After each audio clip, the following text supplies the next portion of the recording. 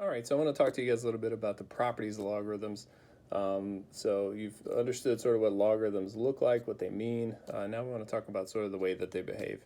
And if you thought my handwriting on the whiteboard was bad, just wait till you get a load of this stuff. It's going to be great.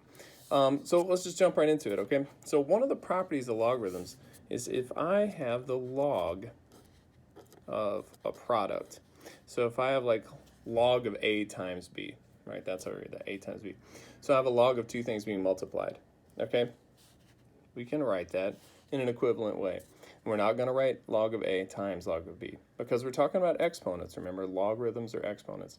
And so if you remember your exponent rules, when you are multiplying two things with exponents, you add the exponents together. And since we're talking about exponents of a product, we're going to end up with a sum, just like when we add exponents together. So this actually turns into log of just a plus the log of just b. So logs of products break into the sum of two logs. So for example, if I had the log of 3y, okay, I could rewrite that as the log of just the 3 plus the log of just the y, like that, okay? So that's it. So that's the product property of logarithms. Okay. Product property. Cool. That's one. Okay. Next property has to do with quotients. Okay. So the quotient property looks like this. Let's say we want to do the log of a quotient. Let's say I have the log of a divided by b. Okay. So I have some quotient inside my logarithm. I'm trying to do the logarithm of this fraction or this quotient. Okay. Well, if you remember your exponent rules, when you have a division of exponents, when we have two things that have exponents on them, we want to divide those, we subtract the exponents. So it shouldn't be a surprise that when we break up a logarithm of a quotient, it becomes a subtraction problem. And it just becomes the log of the top term minus the log of the bottom term. Okay? So log of a over b turns into log of a minus log of b, top minus bottom. Okay? And so just a quick example of that. Let's say we had the log of, 5/8. Right, let's say I wanted to simplify that thing. Another way I could rewrite that is the log of 5 minus the log of 8. Okay, and so those are going to give you the same answer, right? If you type log 5/8 into a calculator, you're going to get some decimal. Do log of 5 minus log of 8, you're going to get the same exact answer. Okay, so that's the quotient property.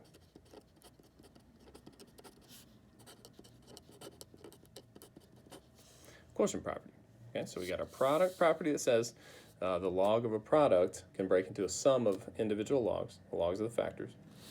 Quotient property says if I have the log of a quotient, I can break that into difference of logs, the difference of the logs of the factors. Okay. The other property that you need to know has to do with powers of powers. Okay. So let's say I wanted to do the log of a to the b power. Well, if you remember when we're dealing with exponents, when you do a power to a power, or you have two exponents on the same base, those exponents multiply. And so what happens is we can actually drop this exponent down in front of the log and multiply it by the log of a. So what that looks like is I take that b that's the exponent, write it in front,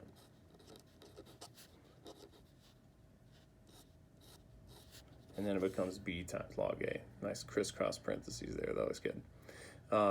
Anyway, so you can just drop that exponent down, right? So if I wanted to do, say, the log of 4 to the 5th power, okay, well, all I do is this 5 can just plop right down in the front. I can write 5 times the log of 4, and that's going to be the exact same thing. So sometimes we want to write it, this way. Sometimes we want to write it expanded out this way.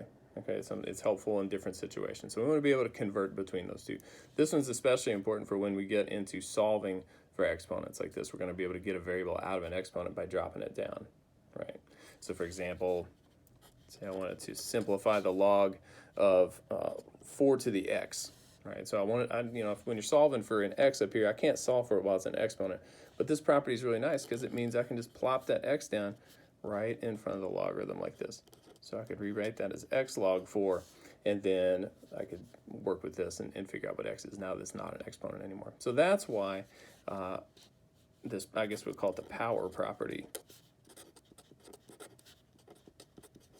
works so well and why it's super handy. Okay, so those are the basic properties of logarithms. Let's go over them again, right? So the log of a product, log of 2 or 3 or 4 things being multiplied. I just kind of did 2, but you could have ABC or whatever, as many as you want. But a log of a product is equal to the sum of each piece added together. Log of each piece added together. Okay, the quotient property says if I have the log of a quotient or a fraction, it's just the log of the top minus log of the bottom. Another way to write it. And lastly, when you have the log of something to an exponent, that exponent can just drop right down in front of the logarithm every time. So it plops right down in the front every time. Okay, and so that's our power property. And so what you're going to do for practice is you're going to expand and contract some expressions that involve logarithms. And I will run through a couple examples of those in another video.